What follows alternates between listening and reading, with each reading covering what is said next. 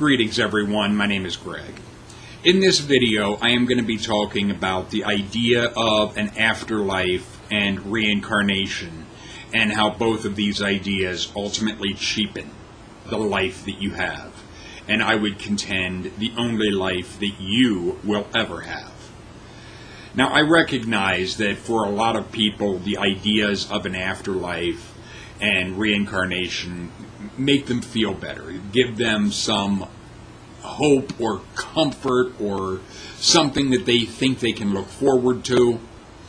The problem with it is they don't enjoy what they have right now. And I'm not saying there isn't something beyond death. I don't know. However, I do feel it is pointless to try and base one's life on a fantasy of what might be. And I also find it personally disgusting how people will claim that they know something, that they will turn around and say, well, it's a matter of faith. Wait a minute.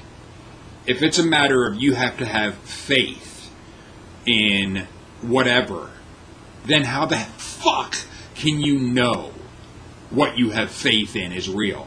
When if you had any evidence to support it, you wouldn't need fucking faith. You would have facts. That is why I have said I have no faith, only facts. Facts to me are far more important than faith. Faith is a delusion, a fantasy that you have in your head. Fantasies are all well and good, but recognize that they are a fantasy. Don't try to act like they are your life.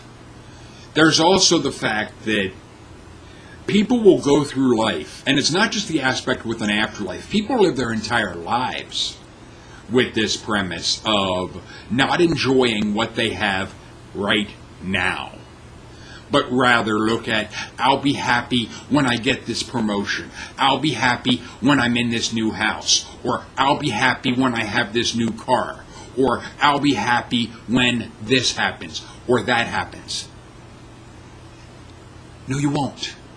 Because if you're not able to be happy in the now, here and now, you're not going to be happy when you have some object or some achieved goal. Because you will always be able to find areas where your life could be better, where things could be just a little bit more. And you'll always be looking at what is not yet and not appreciating what is right here. It also brings in the idea of people not appreciating those that are in their life now. They will wait until someone is dead to, in a sense, say nice things about them. Well, that does a whole lot of fucking no good for the person that's dead. You might have wanted to say those nice things once or twice when they were fucking alive and could appreciate it. The idea of don't speak ill of the dead, or you have to say nice things about the dead. Why? The dead don't fucking care. They're dead. The idea that you have to wear kit gloves for someone that kicked the bucket. Why? They're dead. You think they care? I recognize also the idea that for those that lost a loved one, the idea of wanting to see them again. But let's be realistic.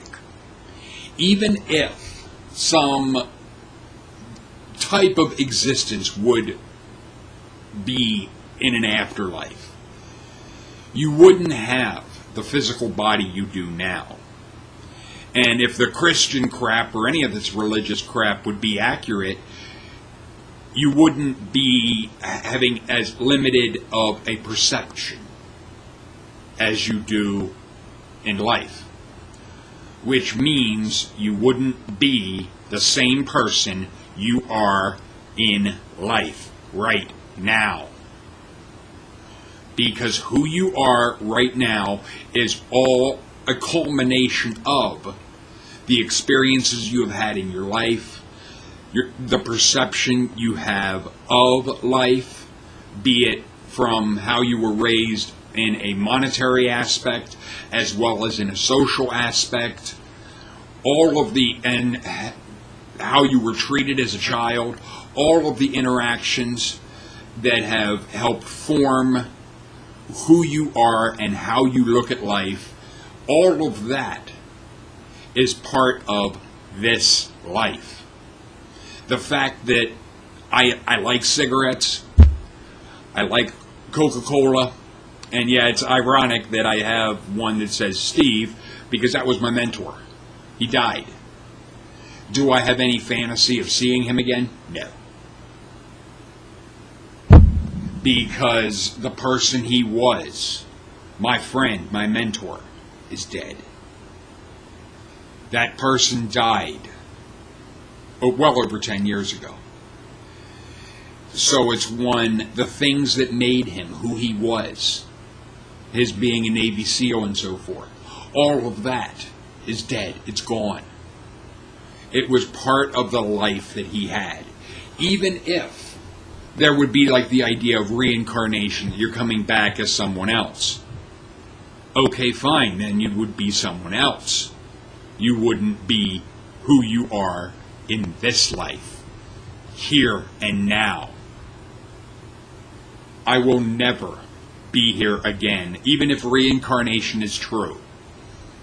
I will never be who I am right now, with the physical body I have right now.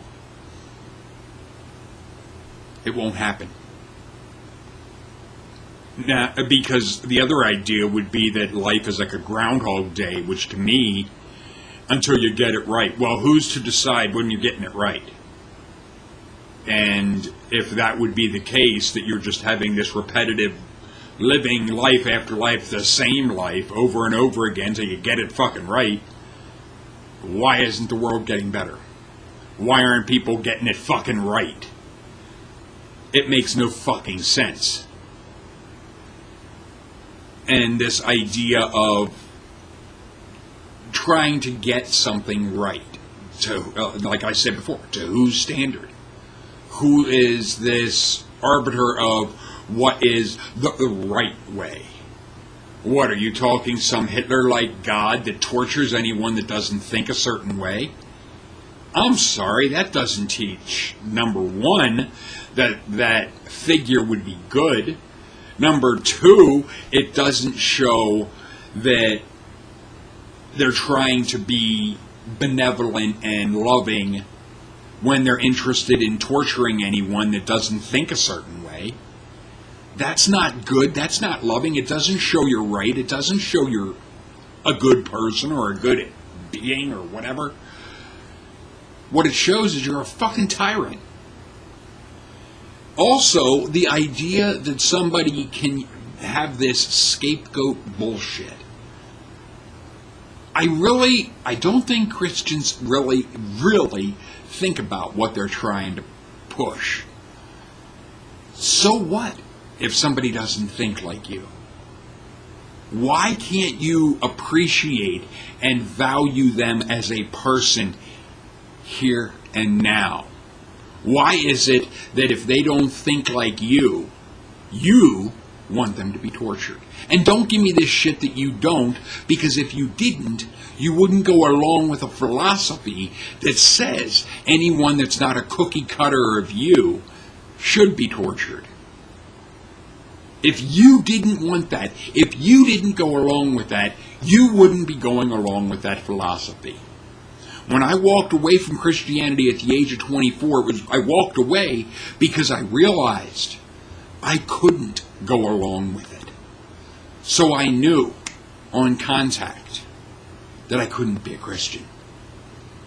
Even if a part of me wanted to believe in a God at that time and so forth, I couldn't go along with Christianity because I couldn't go along with the torture of someone else for any reason. It's not punishment. It's not correction. It's sadism for the sake of sadism. To try and act like a person has to think a certain way in life or else. That is thought crime. It is also bringing in the idea of who is to say your thoughts are the right ones. Because for the Christians out there that want to try and act like Jesus did some great fucking thing, the Passover sacrifice was never about sin. If you go and look in the Jewish Bible, the Torah and Tanakh, you will see that if you wanted to be forgiven, you had to change your behavior. Don't hand me this shit of, Jesus paid the price for me. You can't do that. That's immoral. That doesn't show that you've learned a damn thing. To try and act like you have a scapegoat. It means you don't want to be a man or a woman and accept responsibility for what you have done. You want to look to someone else to pay the price for you.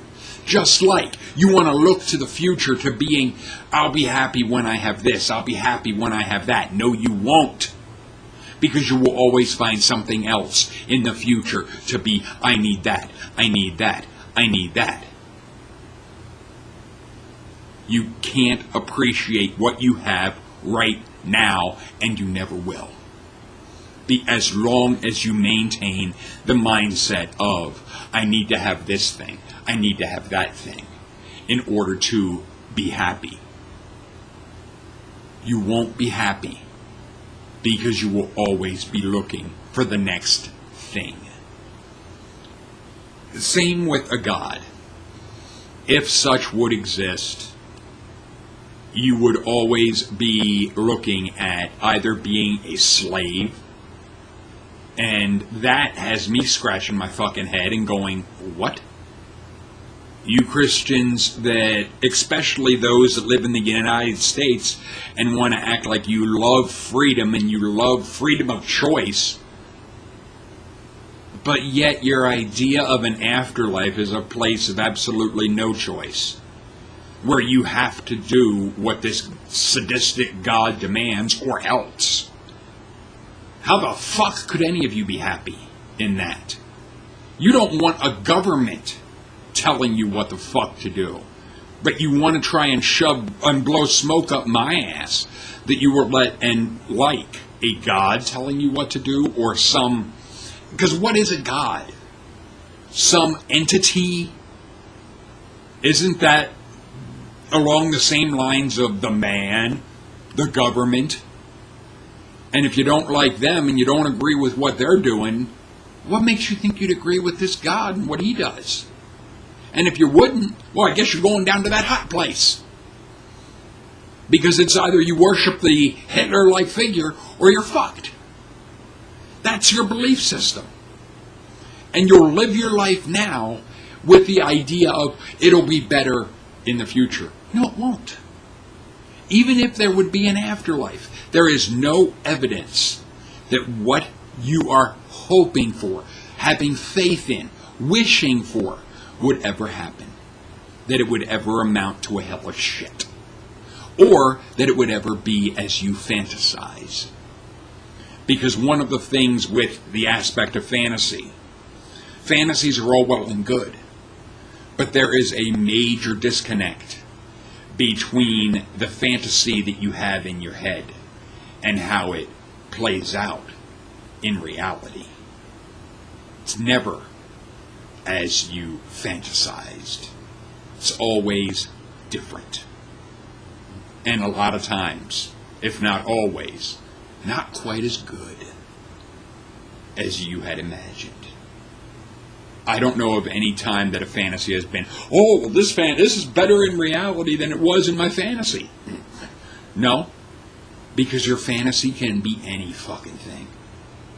And that's the thing with this idea of an afterlife. You make it into any type of wonderful thing for you. Which also brings in the aspect that it is all about you. Which also gets into this bullshit of prayer. It's all about you. You're treating your God like a fucking genie in a bottle, your own personal Aladdin's lamp. Do this, give me that, I want this. Me fucking me. But you people want to act like you don't have pride, that you're not arrogant or prideful. Bullshit. You're ruled by pride. It's all about you. You want others to think like you. You want others to be like you. You can't accept others for being who they are. Especially you Christians that can't accept someone being homosexual because they are. You want to try and change them to being like you. You don't have that right. And you can't. Because it's not a choice. Sexual orientation is not like choosing what you have for fucking dinner. It's not a matter of do I want sausage or do I want fish. It doesn't work that way. Because on that note, any of you that want to try and act like sexual orientation is a choice, when was the last time you chose to suck a dick or eat a pussy?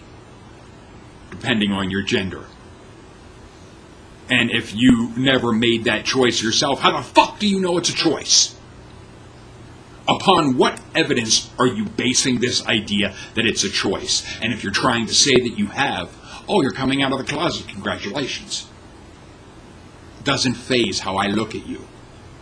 I don't care. I don't give a damn what someone's sexual orientation is, what they do in the privacy of their own bedroom. It's their business. But I'm also not looking at what's going to happen after someone's dead. Nothing. They're dead. It's not a matter of you're going to have some big fucking reunion. Because even if there would be an energy form that would live on, it would not be as we are in life. So it wouldn't be you, me, my mentor. It might be whatever embodied them with a whole lot more. And there's no guarantee you would even like that one or that whole lot more. You don't know. So it really comes down to, why not value those that are in your life now? Why not enjoy your life and value your life now, instead of looking at what could be down the line or what might come in the future? Let the future be the future. Live in the present. You can plan for the future, but enjoy your life now.